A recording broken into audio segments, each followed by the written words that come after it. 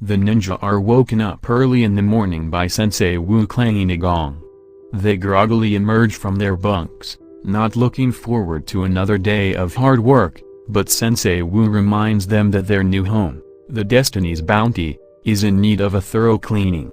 Grumbling, the ninja begin their work, but soon realize they can use their spin jutsu to speed up the process.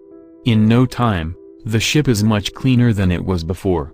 As Sensei Wu and Nia return to the ship, the ninja receive a surprise visit from Jay's parents, Ed and Edna. Although the others quickly take a shine to the blue ninja's parents, Jay rapidly grows frustrated. Ed and Edna reveal several embarrassing facts about his past, gush over Nia as the perfect match for their son, and ask Jay to visit their junkyard sometime. After several hours of this, Jay ushers his parents back to their junkyard, hastily promising to visit them soon. As the jalopy rolls down the road, Ed sadly tells Edna that their son is growing past the need for parents. Meanwhile, Lloyd is wandering through an eerie graveyard, deep within the Forest of Tranquility. Planning vengeance on the treacherous Hypnobrite tribe, he is using the map of dens to seek out the Fangpire, reasoning that the best way to beat a tribe of Serpentine is with another tribe of Serpentine. The prospect of vengeance is all that supports his nerves as he reaches the center of the graveyard and opens the Fangpire tomb. As the snakes within surround him, Lloyd suddenly finds himself face to face with Fangtom, the two-headed Fangpire general. Lloyd offers an alliance against the Hypnobrite and the ninja, which Fangtom likes the sound of. However, he notes that his army will need reinforcements to battle the Hypnobrite, prompting Lloyd to ask what the general has in mind. That night, Ed and Edna return to their junkyard, still melancholy about the icy reception they received from Jay. As Ed goes to work on some of the vehicles lying around, the lights go out and dark shapes rush through the shadows. Suddenly, the Fangpire emerge, with Lloyd and Fangtom looking down on Ed and Edna from atop their trailer. Fangtom bids his forces to have at it, and the snakes begin biting Ed's scrapped vehicles, transforming them into biomechanical serpentine vehicles. Ed and Edna watch in horror as Fangtom explains his intent to reinforce his army, before revealing that the Fangpire can infect people just as easily. Clinging to each other in fright, Ed and Edna can only scream as the red-scaled snakes surround them. The next day, the ninja poke fun of Jay into keeping his promise and visiting his parents.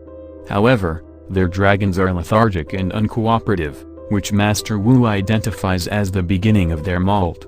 To the ninja's dismay, they are forced to release their dragons so they can complete their molts at the Spirit Coves. After seeing the beasts off, the ninja, Nia, and Sensei Wu head to Ed and Edna's scrap and junk on foot. The ninja arrives at the scrapyard only to find Jay's parents, Ed and Edna, bound and gagged inside an old refrigerator.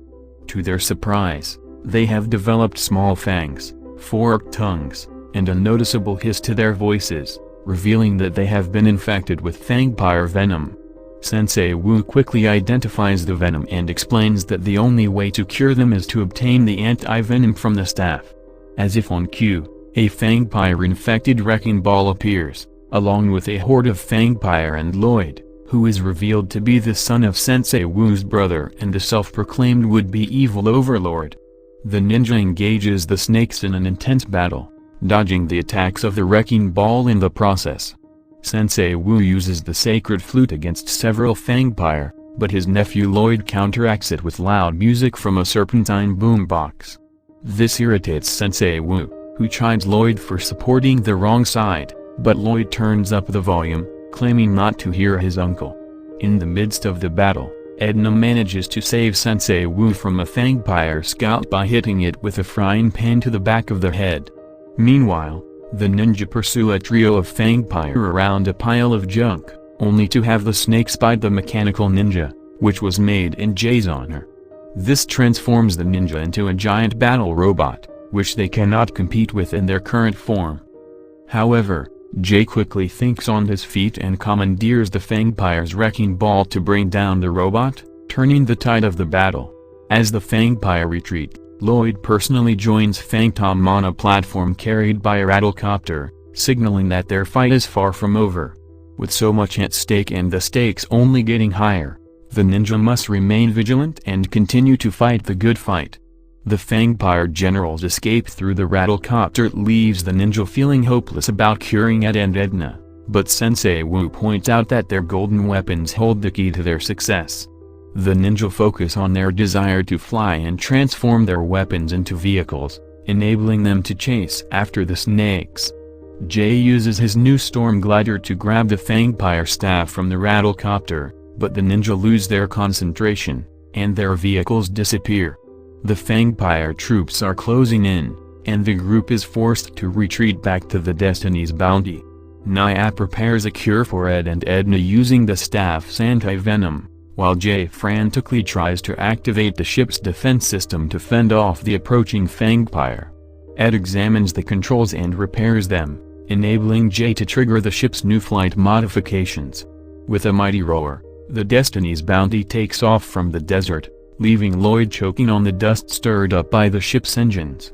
However, during their escape, Nya accidentally drops the Fangpire staff, and Fangtom retrieves it after it knocks out one of his minions. Once on board the Destiny's Bounty, Jay humbly thanks his parents for their help with the flight system, apologizing for his earlier outburst. In return, Ed and Edna express their regret for being too pushy and enthusiastic, and the family reconciles on a positive note.